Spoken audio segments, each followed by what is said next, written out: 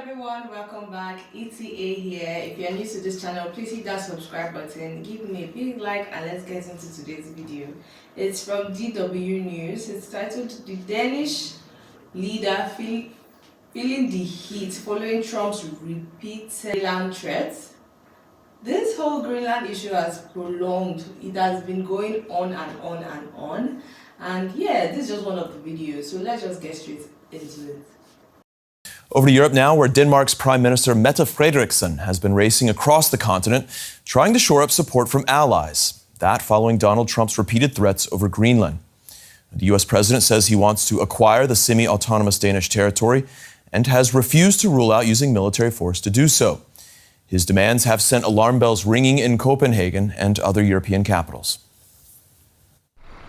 In search of a friendly face, the Danish... Can Trump just back out already? Like, it's taken forever. Like, he can just let it go at this point. Danish Prime Minister touched down in Berlin.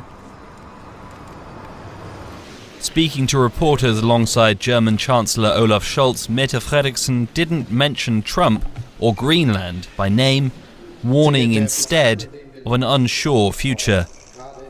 We are facing a more uncertain reality, a reality that calls for an even more united Europe and for more cooperation. Scholz as well avoided naming the elephant in the room directly. Borders may not be moved by force. To whom it may concern. Berlin's backing under her belt, Frederiksen's next move was Paris, where she met with President Macron before heading to NATO's headquarters in Brussels. There she met with Secretary-General Mark Rutte for talks and another chance to show publicly that Denmark doesn't stand alone. The question remains, however, whether the show of unity will do anything to dissuade Trump. The president has spent years calling for the US to take ownership of Greenland, repeating his interest on Saturday. I think Greenland will be worked out with us. I think we're going to have it. And I think the people want to be with us. As you know, there's 55,000 people there that want to be with us. I don't know really what play Denmark has to it.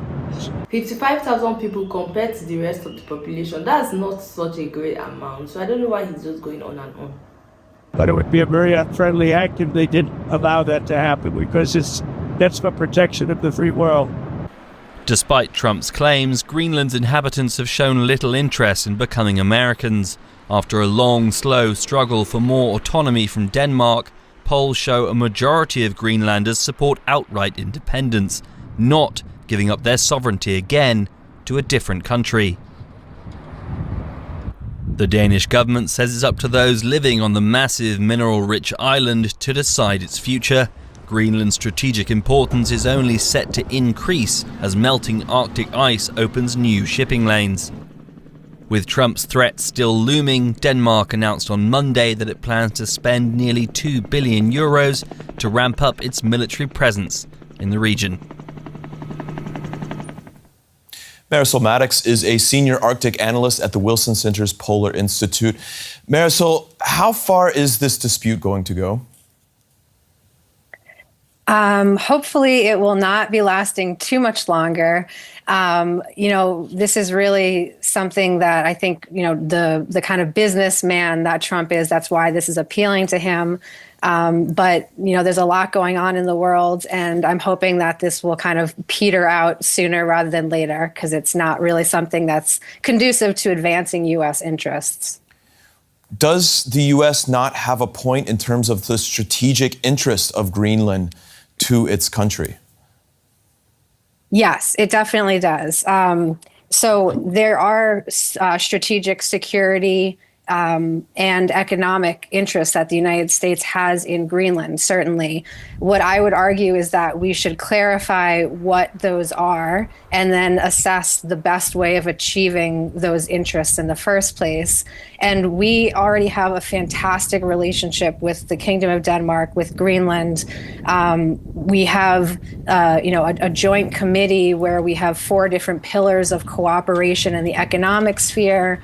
We have a permanent committee for discussions around security issues. So we already have the forums and the mechanisms in place to be advancing the concerns and the interests that we have. And so it's really just about working off of, the already good track record that we have, which is why I think Europe has been so caught off guard by then the aggressive language that has come from the Trump administration.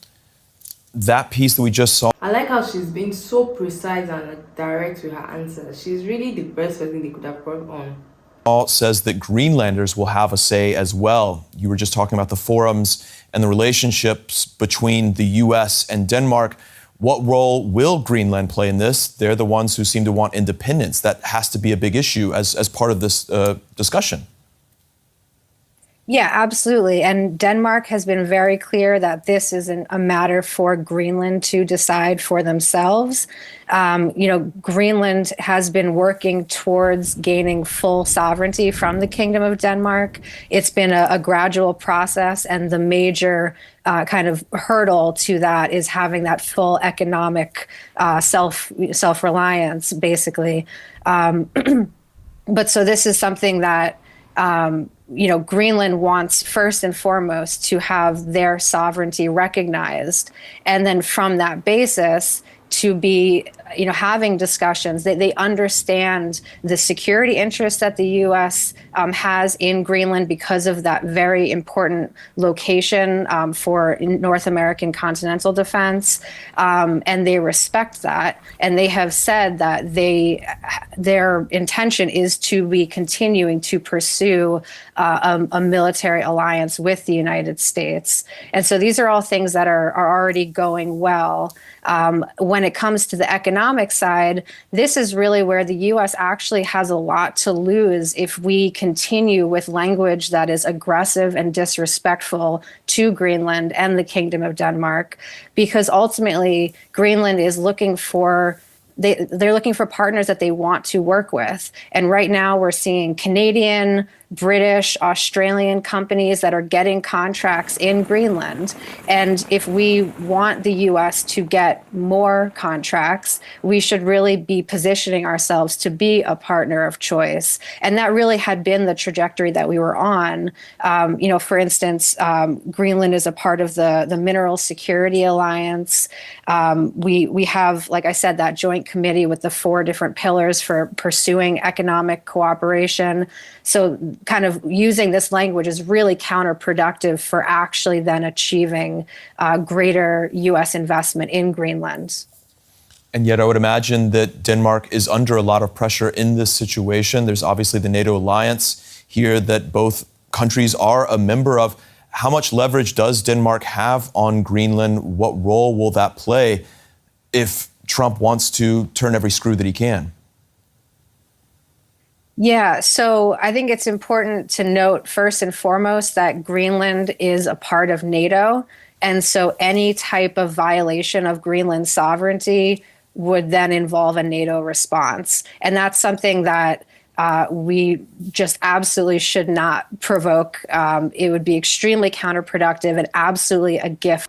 I'm glad that they are aware that if they dare provoke Greenland, which is under NATO, it's not going to be a funny story. I'm glad that they are aware of that, at least. I hope Trump in particular is aware of that, because at this point they're supposed to be looking at being like very much friendly with Greenland in order to gain their interest, not to be violent, they're using the military way and all. No, this is not even the time for that.